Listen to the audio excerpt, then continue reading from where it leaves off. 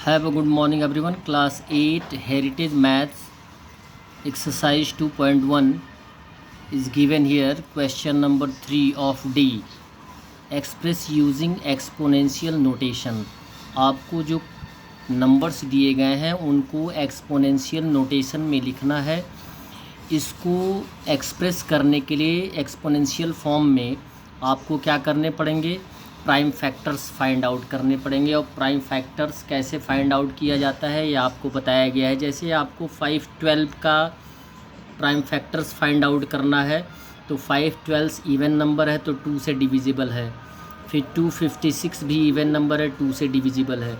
128 भी even number है, यानी जितने भी नंबर्स हैं वो इवन नंबर्स आए हैं वो 2 से डिविजिबल हैं।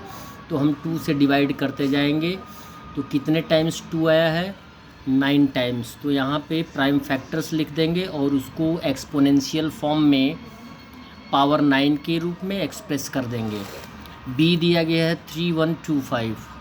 3125 यहाँ पे इवन नंबर नहीं है तो देखिए ये 3 से डिविजिबल है कि नहीं है। तो 3 से डिविजिबिलिटी के लिए हम क्या करते हैं, प्रत्येक डिजिट को ऐड कर देते हैं। 5 + 2 7 + 1 8 8 + 3 11 11 3 से डिविजिबल नहीं होता है, इसलिए हम 5 से ही काटेंगे क्योंकि यूनिट फिगर क्या है, 5 है।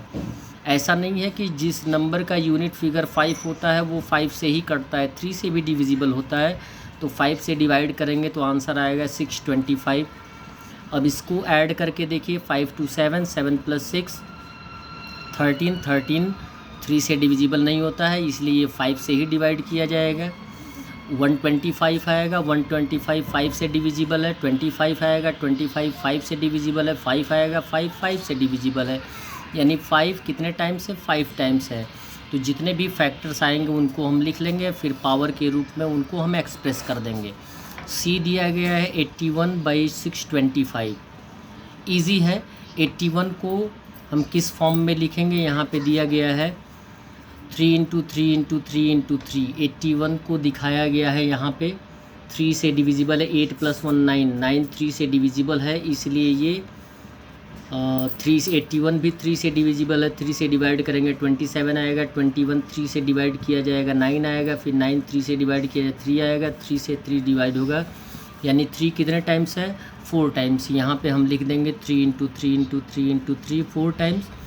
625 का प्राइम फैक्टर्स आता है 5 × 5 × 5 × 5। क्लियर है। यहाँ पे up side as a numerator 3 का पावर कितना हो जाएगा, 4, और डेनोमिनेटर का हो जाएगा 5 पावर 4। यदि पावर सेम होता है तो हम whole to the power use करके लिख सकते हैं, यानी 3/5 होल टू द पावर 4।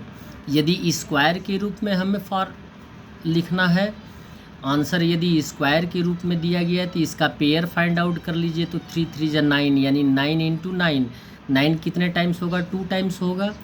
और 5 को भी पेयर बनाएंगे तो 5 5 25, यानी 5 25 × 25 2 टाइम्स आ जाएगा। तो पावर 2 के रूप में हम 9/25 को लिख सकते हैं।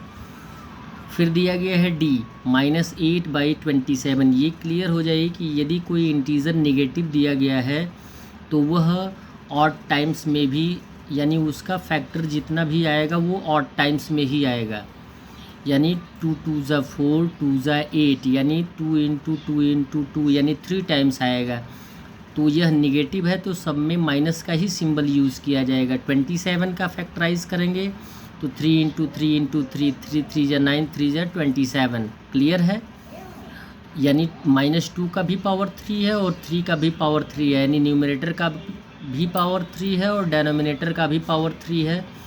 तो इसको हम सेम, अगर पावर सेम होता है तो होल टू द पावर में एक्सप्रेस कर सकते हैं। तो -2/3 whole to the power 3 answer आ जाएगा।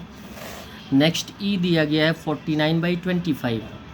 49 के फैक्टर्स आएंगे 7 × 7 7 7 49, 25 का 5 × 5 7 का स्क्वायर 5 का स्क्वायर।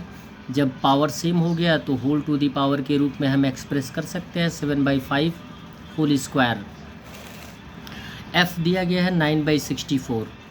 अब 9 को यदि हम फैक्टराइज करेंगे तो 3 3 9 अब ये क्लियर हो जाए कि यदि हमने 9 को 2 प्राइम फैक्टर्स में एक्सप्रेस किया है तो हमें 64 को भी 2 फैक्टर्स में ही एक्सप्रेस करना है। तो वह कौन सा फैक्टर होगा जिसको 2 टाइम्स, कौन सा नंबर होगा जिसको 2 टाइम्स मल्टीप्लाई करने पर 64 आएगा। 8 इंटू 8 यानी 8 8 जा 64 होता है।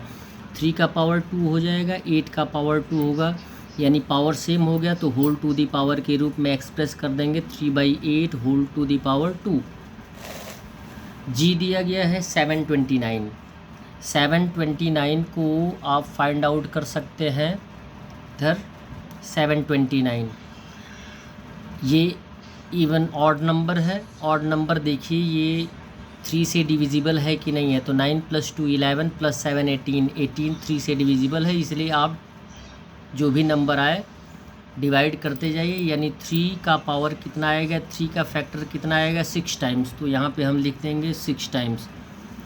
अब इसे हम लिख सकते हैं 3 पावर 6।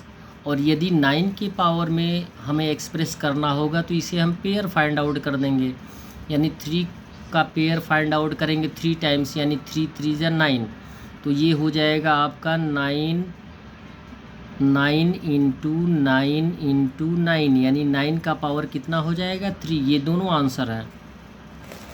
h दिया गया -343 को एक्सप्रेस करेंगे तो ये निगेटिव है, तो जितने भी फैक्टर्स आएंगे वो क्या हो जाएंगे, निगेटिव हो जाएंगे। -7 इंटू -7 इंटू -7, यानी -7 का पावर कितना हो जाएगा 3।